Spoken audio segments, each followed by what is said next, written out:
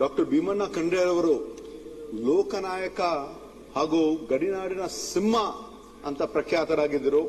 ಹಿರಿಯ ಮುತ್ಸದ್ದಿ ರಾಜಕಾರಣಿ, ಅಖಿಲ ಭಾರತ ವೀರಶೈವ ಮಹಾಸಭಾದ ಅಧ್ಯಕ್ಷರಾಗಿ ಅವರು ಕಾರ್ಯವನ್ನು ನಿರ್ವಹಿಸಿದ್ರು ಮತ್ತು ಅನುಭವ ಮಂಟಪದ ಕೆಲಸದಲ್ಲಿ ತಮ್ಮನ್ನೇ ತಾವು ತೊಡಗಿಸಿ ಕಲ್ಲು ಮಣ್ಣು ಎತ್ತಿ ಆ ಒಂದು ಕಟ್ಟಡ ನಿರ್ಮಾಣಕ್ಕಾಗಿ ಸಂಪೂರ್ಣವಾಗಿ ಅವರು ಒಂದು ಸಹಕರಿಸಿದ್ರು. ಮತ್ತೆ ಮಹಾತ್ಮ ಗಾಂಧಿಯವರ ಒಂದು ಸ್ವಾತಂತ್ರ್ಯ ಹೋರಾಟದಿಂದ ಪ್ರಭಾವಿತರಾಗಿ ಮತ್ತೆ ನಮ್ಮ ಹೈದರಾಬಾದ್ ಕರ್ನಾಟಕ ವಿಮೋಚನದಲ್ಲಿ ನಿಜಾಮರವರ ವಿರುದ್ಧ ಹೋರಾಟವನ್ನು ಅವರು ಕೂಡ ಮಾಡಿದ್ರು.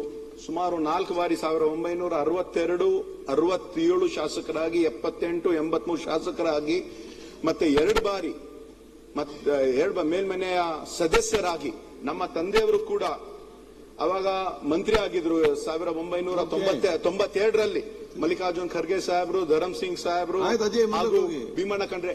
ಮತ್ತೆ ವಿಶೇಷವಾಗಿ ಅವ್ರನ್ನ ಹತ್ತಿರದಿಂದ ನಾನು ಯಾವಾಗ ನೋಡಿದ್ದೀನಿ ಅಂದ್ರೆ 2009 ಚುನಾವಣೆಯಲ್ಲಿ ಅವರೇ ಅದರ ಒಂದು ಜವಾಬ್ದಾರಿಯನ್ನು ವಹಿಸಿ ಸೋನಿಯಾ ಗಾಂಧಿ ಅವರು ಬಂದಾಗ ಅಲ್ಲಿ ಮಾಡ್ತಕ್ಕಂಥ ಅವರ ಒಂದು ಬಹಳ ಒಂದು ದೊಡ್ಡ ಪಾತ್ರ.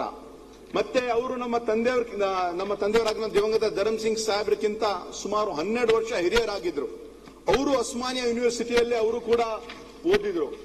ನಮ್ಮ ತಂದೆಯವರು ಅವರು ಖರ್ಗೆ ಸಾಹೇಬ್ರು ಮತ್ತೆ ಧರಮ್ ಸಿಂಗ್ ಸಾಹೇಬ್ರು ಅವರಿಗೆ ವಕೀಲ್ ಸಾಬ್ ಅಂತ ಕರೀತಾ ಇದ್ರು. ಅವರು ಶೇರೋ ಶಾಯರಿಯಲ್ಲಿ ಬಹಳಷ್ಟು ಒಂದು ಆಸಕ್ತಿಯನ್ನು ತೋರಿಸ್ತಾ ಇದ್ರು. ಅವರು ಹೇಳ್ತಕ್ಕಂಥ ಒಂದು ಮಾತು, ಹಮಾರೆ ಬಾದ್ ಮೆಹಫಿಲ್ ಮೇ ಅಫ್ಸಾನೆ ಬಯಾ ಹೋಂಗೆ, ಬಹಾರೆ ಹಮೇ ಢೂಂಡೆಂಗಿ, ನ ಜಾನೆ ಹಮ್ ಕಹಾ ಹೋಂಗೆ ಅಂತ ಅವರು ಹೇಳ್ತಾ ಇದ್ರು. ಅವ್ರು ಹೇಳ್ತಕ್ಕಂಥ ಯಾವಾಗ್ಲೂ ನಾವು ಯುವಕರಾಗಿ ಅವ್ರ ಹತ್ರ ನಾವು ಹೋಗಿದಾಗ ಬಹಳಷ್ಟು ಅವ್ರಿಗೆ ಯಾವೊಂದು ರೀತಿಯಿಂದ ನಮ್ಗೆ ಒಳ್ಳೆ ರೀತಿಯಿಂದ ಮಾರ್ಗದರ್ಶನವನ್ನು ಅವರು ಮಾಡ್ತಾ ಇದ್ರು. ಇವತ್ತು ಅವರು ನಮ್ಮನ್ನು ಅಗಲಿದ್ದಾರಂದ್ರೆ ನಮ್ಮ ಭಾಗಕ್ಕೆ, ಕರ್ನಾಟಕ ರಾಜ್ಯಕ್ಕೆ ಮತ್ತೆ ನಮ್ಮ ಭಾಗಕ್ಕೆ ಒಂದು ತುಂಬಲಾರದ ಒಂದು ನಷ್ಟ ಆಗಿದೆ.